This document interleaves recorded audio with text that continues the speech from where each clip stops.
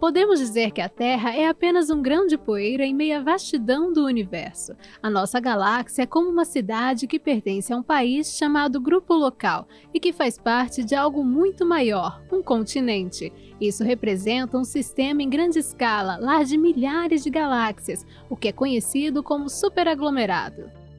Os aglomerados de galáxias são imensas estruturas ligadas pela gravidade. Eles são considerados raros e possuem fenômenos únicos, frutos desse tipo de ambiente. Como são formados os aglomerados de galáxias? Por que eles são tão interessantes para a astronomia? E como a ciência do GMT poderá contribuir nesses estudos?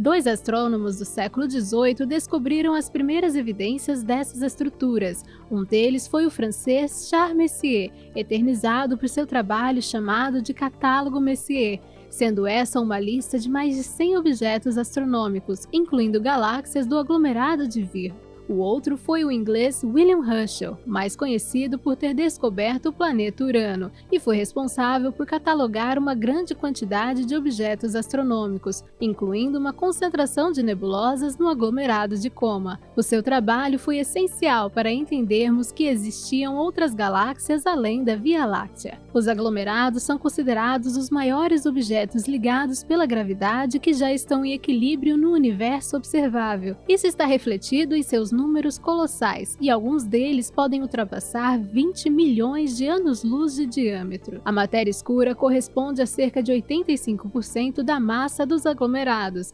É ela que exerce a atração gravitacional sobre as galáxias e as mantém unidas. 10 a 13% são preenchidos por gás intraaglomerado mais quente do que o núcleo do Sol, e que pode ser observado em raio-x.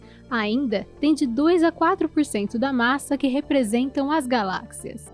Em sua maioria, as galáxias elípticas costumam estar localizadas nos centros dos aglomerados, possuindo as estrelas mais velhas e avermelhadas. Já as galáxias espirais, repletas de jovens estrelas azuis, estão mais afastadas. A gente costuma chamar estruturas que têm entre 10 a 14 e um pouco mais de 10 a 15 massas solares de aglomerados de galáxias. Abaixo de 10 a 14 massas solares, a gente costuma chamar de grupos de galáxias. Agora, para as estruturas maiores, acima de algumas vezes 10 a 15 massas solares, nós chamamos de superaglomerados de galáxias.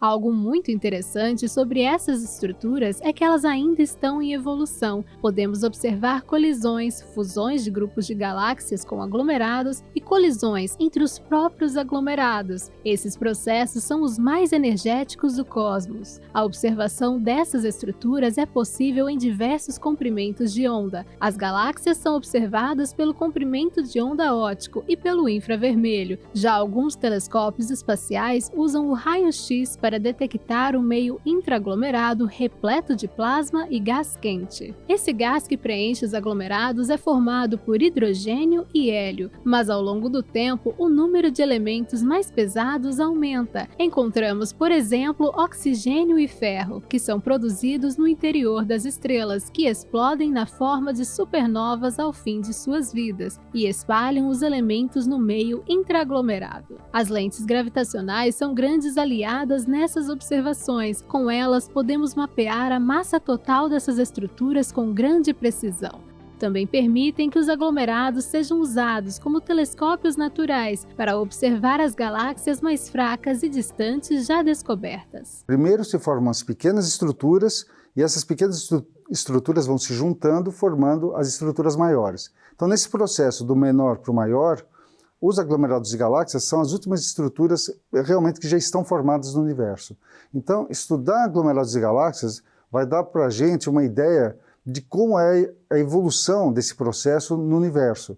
E com isso a gente vai ter um entendimento melhor da natureza do universo, da natureza, por exemplo, da matéria escura, de energia escura, que tem aqui no nosso universo.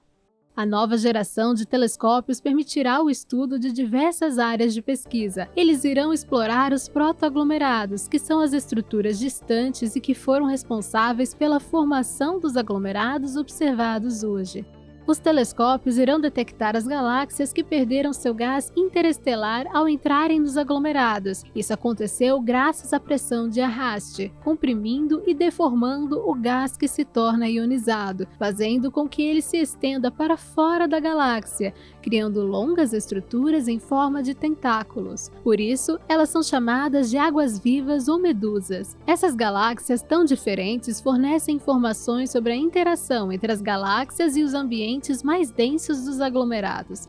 Também será possível estudar a luz difusa intraaglomerado. Ela ocorre quando as estrelas são arrancadas das galáxias em grupos por causa do efeito de maré. Essas estrelas se espalham entre as galáxias e emitem uma luz difusa de brilho superficial muito fraco. O telescópio GMT vai ser muito importante no estudo de aglomerados de galáxias, porque como ele tem uma área coletora muito grande, a gente vai conseguir enxergar objetos muito distantes. Então, nós estudamos aglomerados de galáxias através de raio-x, mandando telescópios espaciais em órbita da Terra que observam esses objetos. Então, combinando observações espaciais de raio-x com observações do GMT no óptico ou no infravermelho, a gente vai ter um entendimento muito melhor também da natureza dessas estruturas. Todas essas enormes estruturas, desde as mais simples galáxias até os superaglomerados, estão interconectados na teia cósmica, reunindo tudo o que forma o nosso universo. Essas formações são as maiores estruturas conhecidas, podendo se estender por centenas de milhões de anos-luz. O estudo dessas grandes escalas permitirá desvendarmos os grandes mistérios sobre a origem do cosmos. Isso abre caminho para que os cientistas entendam, principalmente, o efeito da matéria e energia escuras, a formação e a evolução das galáxias.